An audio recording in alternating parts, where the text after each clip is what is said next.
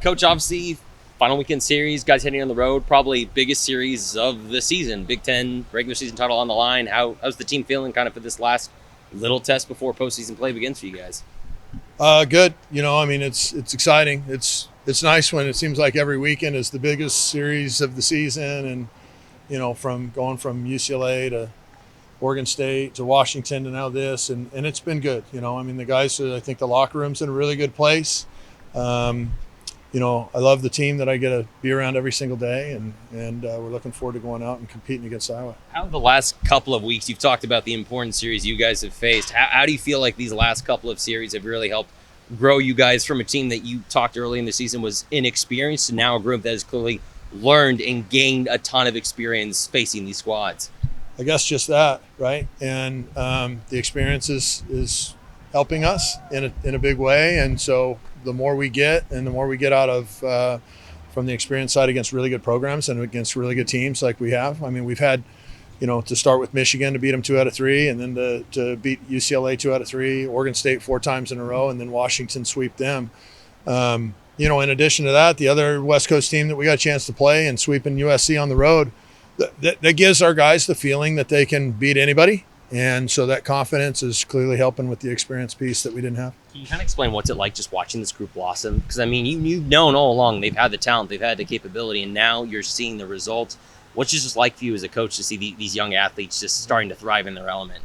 Good question. I still don't think we've played our best. I think there's still more in the tank with the team. They're continuing to improve, but there's just such a high upside with the group that, I just still think there's a lot more in them. What do you see from Iowa this year, just from afar, and then kind of as you dive into them? Really good pitching, solid lineup all the way through, balance of left and right-handed hitters, dominant starting pitching, and there's a couple of relievers that are, really, really good. There's depth there. Did you kind of dive into what Oregon State did last week to get Overmiller out in the first game, like what they tried to do? We've watched every game that they've played, and we're almost through every game they played last year. Have you guys changing the rotation and all with this lack of an extra day for Grayson, or is it still just going to be the same, like the normal 5 to 6 stuff? Good question. We haven't even been to the practice field yet this week, and so we'll make that decision after practice today. But I'd hope we wouldn't have to shift a whole bunch around, but one less day shouldn't impact too much. Is there any changing in the messaging for this weekend? Again, we kind of already hit it how important this series is, but with the Big Ten regular season title on the line, do you have to say anything to these group of guys, or do they kind of already know what's at stake, obviously? No, we started and we said we needed to win something like 11 in a row or 10 in a row, whatever the number was back then, and it's just 1 in a row, 1-0 every day, and now we wanted, 3-0 for the regular season. We got 3 games left in the regular season, want to win them all, can't win them all in one day, just go 1-0 on that day, starting today in practice. You saw Toby come in that high leverage spot, and you talked about it on Sunday. Just what do you feel like his role will be like for the next couple of weeks potentially? Growing and just continuing to develop him and put him into spots.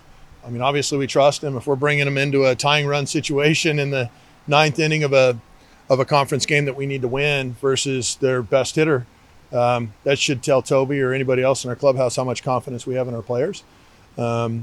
I think that probably means a lot to a guy like Toby. He's an ultimate competitor, and I think he can really help us down the stretch. To get him back for this stretch run is I think, going to be a game changer. So Drew Smith played some center field earlier in the week. Last week, then moves back to right field. Just how have you seen him progress as a defender from the beginning of the year, where he's probably the second baseman, then moves out to the outfield? Just how have you seen him progress?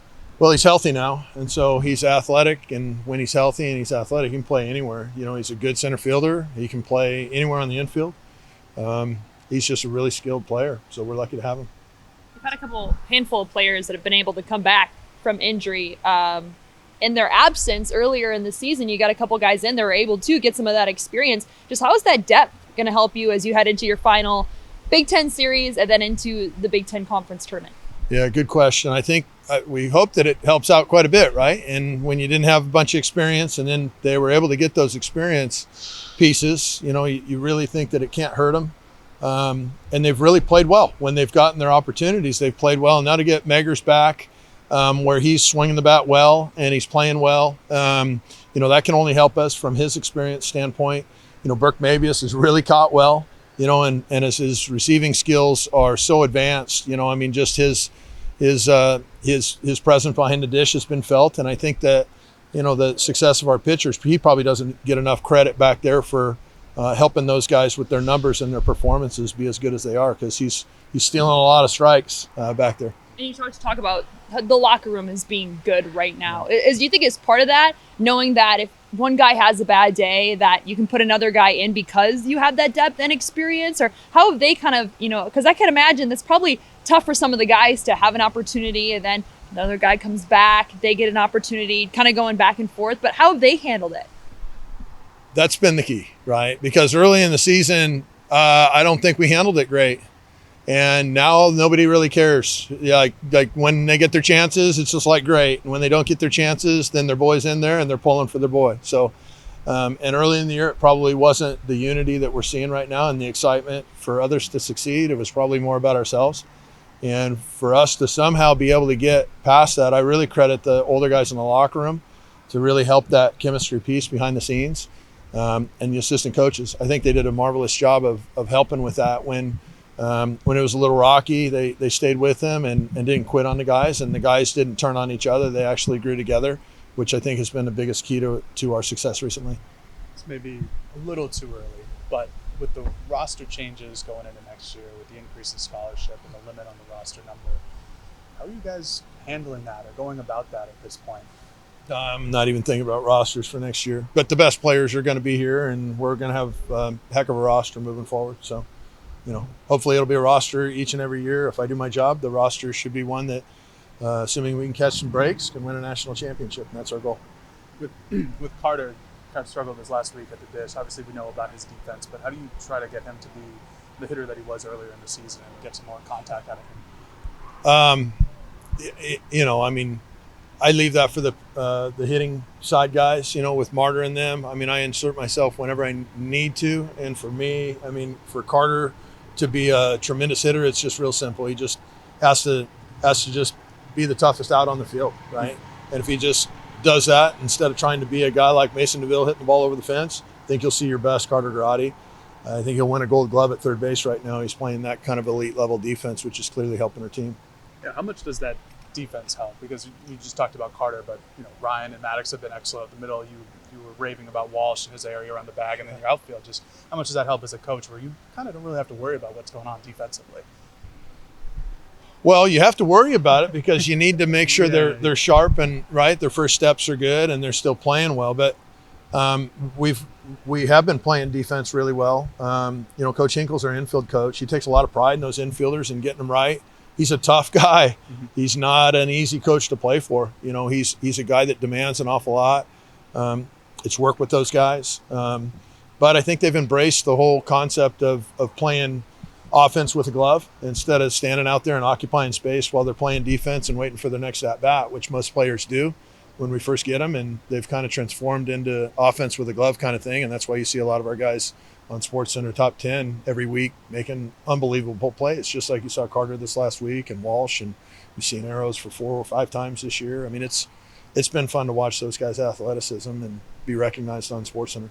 Going back to Walsh for a second, his power numbers are pretty darn similar to last year, but his walk rate, I think, is tripled at this point. How have you seen him just consistently take that throughout the year, not get any ruts like he had the last couple of seasons in the second half, and just prolong his advanced plate approach? I think he's just older. He just learned from, he didn't want to, he took the mistakes he learned in the past and said, I'm not going to do it again. I think you see him too as he walks to the plate. He converses with umpires now. Mm-hmm. Instead of it always being a deal. I noticed that even this last weekend that a young player may think that everybody is against them on the field, umpires, opposing team, and it's a lot. That's a lot of weight to carry. And when you really realize that the umps, they may screw some calls up, but those guys are out there trying their best. They're not trying to impact the game in a negative way. They're trying to go unnoticed, and I think he respects and has a pretty good perspective now on what everybody's role is at the ballpark. And I think that's just settled him in. He's just playing old. We've seen a lot of Oregon teams win Big Ten titles. Why does this team that you coach deserve to win a Big Ten title, regular season title, this week? Well, we haven't deserved it yet. We need to prove it. So that's our goal, is to prove that, we're worthy of winning a championship, just like those other Oregon teams that have won championships. They had to earn it. and we embrace that. We need to earn it.